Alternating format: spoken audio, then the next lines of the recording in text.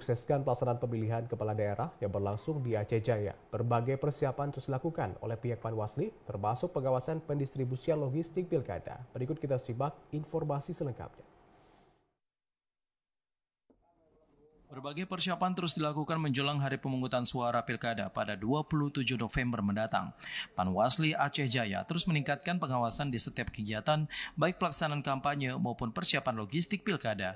Salah satunya dengan pemantauan atau pengawasan setiap logistik yang masuk ke gudang KIP, baik jumlah logistik maupun penyortirannya. Koordinator Divisi SDM, Organisasi dan Diklat Panwasli Aceh Jaya, Azwar Anas menyatakan, selama pengawasan logistik pilkada, pihaknya mendapati kekurangan surat suara untuk pemilihan gubernur. Sementara logistik lainnya, pihaknya juga terus melakukan pengawasan dan apabila didapati kejanggalan atau hal lainnya akan langsung disampaikan ke pihak KIP Aceh Jaya.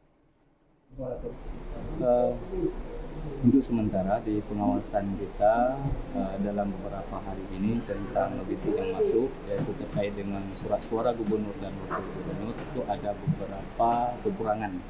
Itu ada surat suara gubernur lebih kurang 600 lembar itu kekurangan.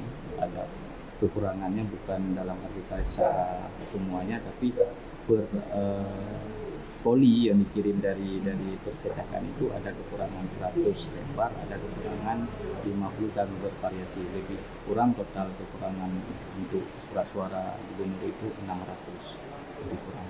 Untuk logistik lain, hari ini kita baru menerima logistik yang baru tentang alat bantu pencoblosan di TPS, ada bantal, ada paku dan juga bed pengenal saksi. Tapi ini belum kita sortir. Kita akan mengecek, mengawasi semuanya cukup nggak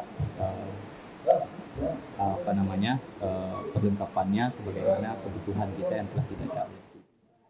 Azwar berharap pelaksanaan pilkada yang berlangsung di Aceh Jaya dapat berjalan dengan aman dan lancar. Dari Aceh Jaya, Musliadi, TVRI melaporkan.